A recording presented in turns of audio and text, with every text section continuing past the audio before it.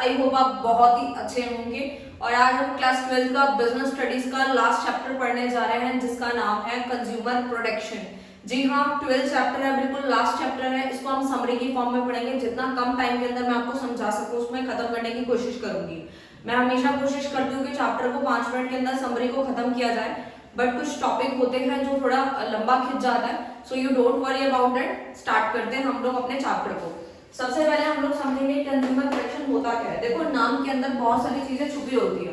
अगर हम चैप्टर के नाम को समझ गए तो हमें बहुत सारी चीजें समझ आने लगेंगी। सबसे पहले मैं आपको समझाऊंगी चैप्टर का नेम और उसके बाद एक एग्जांपल और फिर उसको रिलेट करेंगे। कंज्यूमर प्रोटेक्शन, कंज्यूमर का मतलब होता है कि जब भी कोई पर्सन सामान लेने जाता है किसी भी दुकान पर, कोई सा भी सामान या कोई सी भी सर्विस लेता है और बदले में पैसे देता है उस सेलर को, तो वो कंज्यूमर कहलाता है। कंज्यूमर प्रोटेक्शन, अब बात आती है पूरे वर्ड की कंज्यूमर प्रोटेक्शन की, तो यानी कि जो कंज्यूमर होता है, आप भी कंज्यूमर है, मैं भी कंज्यूमर हूं। जब कभी भी हम सामान लेने जाते हैं तो हम एक कंज्यूमर बनते हैं। तो कंज्यूमर की प्रोटेक्शन होना बहुत ज्यादा जरूरी है, क्योंकि जब भी हम प्रोडक्ट लेने जाते हैं तो जब हम प्रोडक्ट लेते हैं तो उसके अंदर बहुत सारे कंज्यूमर के राइट्स छुपे होते हैं और बहुत सारी रिस्पॉन्सिबिलिटीज छुपी होती है, जो कि हम लोगों को पता है। अगर नहीं पता तो ये चैप्टर पढ़ने से आप लोगों को बहुत बेनिफिट वैसे भी मिलेगा, क्योंकि आपको अपने राइट्स के बारे में भी पता चलेगा और अपनी रिस्पॉन्सिबिलिटी के बारे में भी, और साथ ही साथ ये भी पता चलेगा कि अगर आप कोई प्रोडक्ट लेते ही पता चलेगा कि अगर आपके साथ कोई सेलर जो है वो धोखाधड़ी कर देता है तो आप जो है कहाँ जाके कंप्लेन कर सकते हैं और आपके गुड्स का प्राइस कितने तक का होना चाहिए। तो चलो स्टार्ट करते हैं, हर एक चीज अच्छे से समझेंगे। सबसे पहले कंज्यूमर प्रोटेक्शन हम लोग समझ ही गए विद एग्जांपल। अब हमें समझना है कि इंपॉर्टेंस क्या है। CP, CP means consumer protection को मैंने शॉर्ट में लिखा है, आप लोग पूरा लिख लीजिएगा।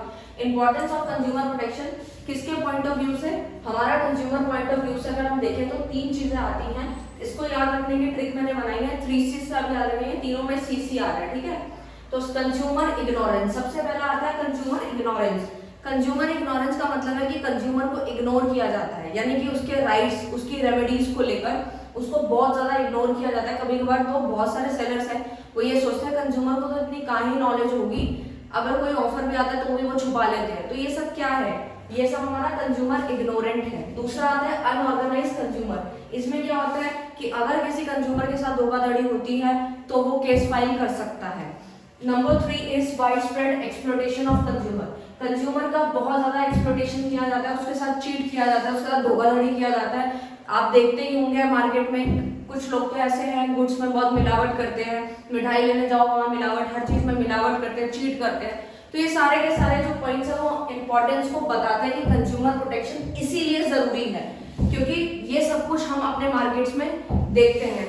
फिर उसके बाद आता है बिजनेसमैन पॉइंट ऑफ व्यू से अगर हम देखें तो हमारे फिर से 3 पॉइंट आ जाते हैं।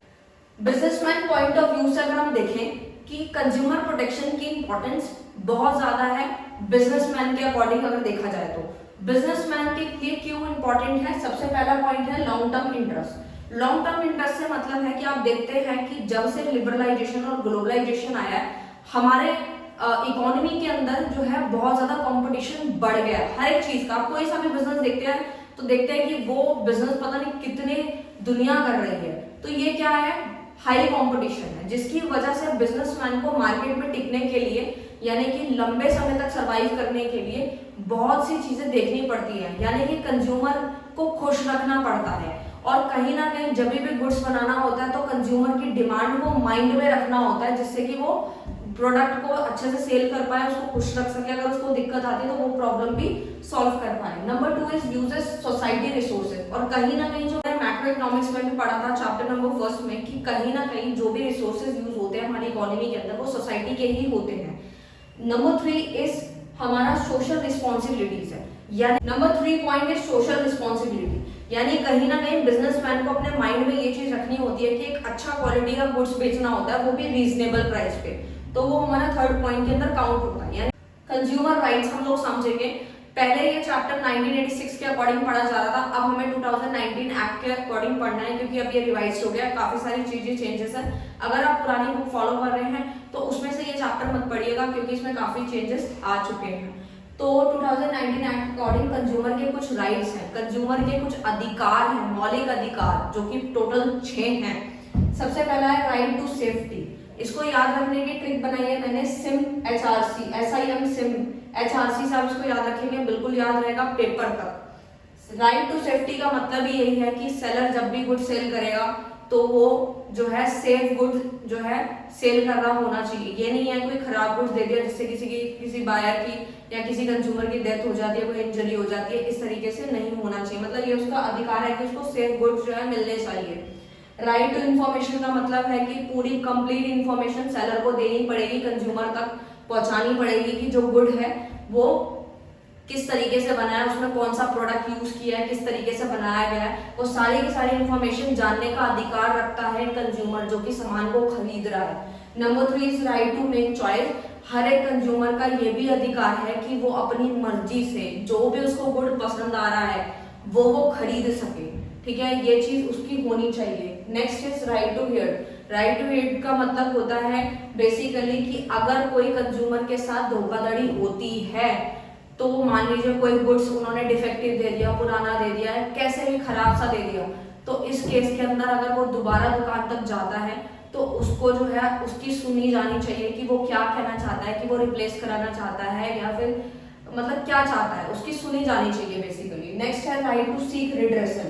इसका मतलब ये है कि सबसे पहला प्रोसेस राइट टू हियर होता है, पहले उसकी सुनी जाए, फिर अगर उसके साथ कोई ज्यादा धोखाधड़ी होती है तो वो जो है केस भी फाइल कर सकता है बिना किसी दिक्कत के, क्योंकि ये भी उसका अधिकार है, क्योंकि जब उसके साथ धोखाधड़ी हुई है तो उसके साथ बेसिकली वो कंप्लेन फाइल कर सकता है। राइट टू कंज्यूमर एजुकेशन से हम लोग ये समझते हैं कि एक कंज्यूमर का पूरा अधिकार है कि वो कंज्यूमर प्रोटेक्शन के बारे में जाने, उसको अपने राइट्स सारे के सारे पता हो।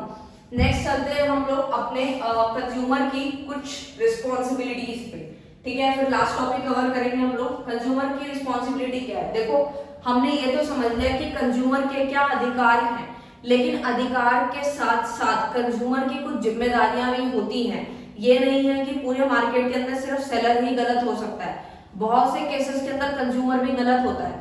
अब मान लीजिए कोई बहुत से कंज्यूमर ऐसे हैं जो कि साफ साफ दिख रहा है प्रोडक्ट के ऊपर कि एक्सपायरी डेट दिख रही है उसको कि ये प्रोडक्ट एक्सपायर हो चुका है या फिर डिफेक्टिव है या अच्छा नहीं है या क्वालिटी अच्छी नहीं है, फिर भी वो प्रोडक्ट ले रहा है, तो इसका मतलब ये है कि इसमें सेलर की कोई गलती नहीं है, इसमें कंज्यूमर की गलती है कि उसको सब कुछ देखने के बाद भी वो उस प्रोडक्ट को ले रहा है और बाद में जाके क्लेम कर रहा है, तो ऐसा नहीं होगा।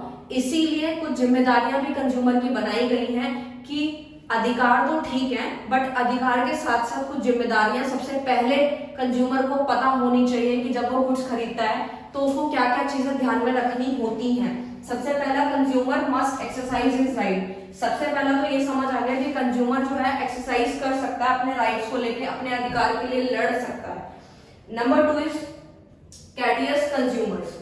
अब बात यहाँ आता है कि कभी कभार क्या होता है, बहुत सारे कंज्यूमर जब शॉप पर जाते हैं सामान लेने के लिए तो कंज्यूमर जो है उनको बेवकूफ बनाते हैं कि ये प्रोडक्ट ज्यादा अच्छा है, क्योंकि वो तो अपना फायदा सोचते हैं। तो इसके अंदर ये भी इस पॉइंट के अंदर ये समझाया गया है कि कंज्यूमर को बिल्कुल ब्लाइंडली ट्रस्ट नहीं करना है सेलर पे, उसको अपनी इंफॉर्मेशन के अकॉर्डिंग सामान को लेना है, हर चीज खुद ब खुद चेक करके लेनी है, ये एक कंज्यूमर की रिस्पॉन्सिबिलिटी है। Next is filing complain. वो फाइल कर सकता है कंप्लेन अगर सेलर की गलती है तो।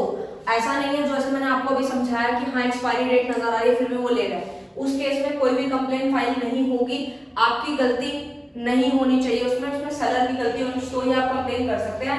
And consumer must be quality conscious. Quality conscious होना चाहिए, यानी कि जब भी कोई प्रोडक्ट ले रहे हैं तो बिल्कुल ये ना सोचे कि वो बता रहे हैं दुकानदार वाले कि दुकान वाला बता रहा है कि क्वालिटी इसकी बहुत सुपीरियर है, ऐसा नहीं। क्वालिटी आपको खुद चेक करनी है, आप क्या लेना चाहते हो, क्या उससे आपकी जो चीज है वो मैच कर रही है या नहीं कर रही है। नेक्स्ट है do not carried away by advertisement. आप लोगों को ऐसे ही एडवर्टीजमेंट को देख के कोई प्रोडक्ट बाय नहीं करना है।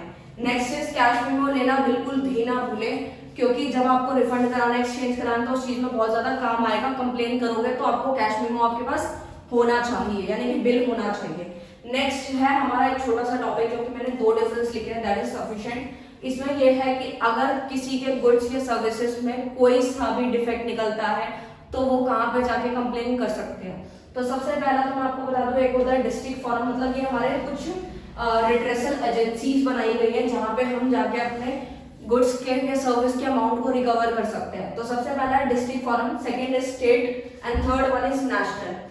तो डिस्ट्रिक्ट में आता है जब हमारे गुड्स या service do not exceed ₹1 crore. जब हमारे गुड्स या सर्विस की वैल्यू 1 करोड़ से नीचे की है तो हम डिस्ट्रिक्ट फॉरम के अंदर जाएंगे और अपनी कंप्लेन करेंगे। और अगर मान लीजिए कि वो कंप्लेन में कुछ भी रिस्पॉन्स नहीं मिलता है या कुछ नहीं होता है तो विद इन 45 डेज के अंदर हम जो है स्टेट कमीशन के अंदर जा सकते हैं और अपनी प्रॉब्लम का सोल्यूशन ले सकते हैं। नेक्स्ट आता है स्टेट कमीशन, जिसके अंदर हमारे गुड्स और वैल्यू मतलब गुड्स एंड सर्विसेज की वैल्यू 1 करोड़ से 10 करोड़ के बीच होनी चाहिए और उसके अंदर हमारी जो भी कंप्लेन होगी वो हम फाइल कर सकते हैं। अगर उसमें भी कुछ सोल्यूशन नहीं निकलता तो 30 डेज के अंदर हम कहाँ जा सकते हैं, नेशनल कमीशन के पास जा सकते हैं। और नेशनल कमीशन के अंदर गुड्स और सर्विस की वैल्यू 10 करोड़ से ज्यादा के केसेस ही यहाँ पे लिए जाएंगे, इससे कम वाले यहाँ लिए जाएंगे। और इसके अंदर भी कितने डेज हैं, 30 डेज है। तो ये सारे के सारे मैंने आपको बता दी है। ये बहुत इंपॉर्टेंट टॉपिक था कंज्यूमर राइट्स का और ये आपका जो है रिड्रेसल एजेंसीज वाला। ये क्वेश्चन काफी बार पेपर में पूछे जाते हैं। आई होप आपको ये समरी अच्छी लगी हो।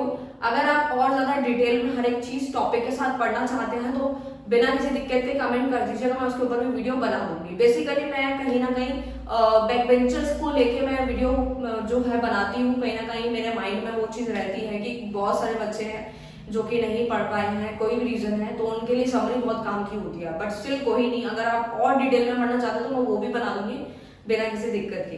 तो आप लाइक शेयर कमेंट कर दीजिएगा। Thank you so much.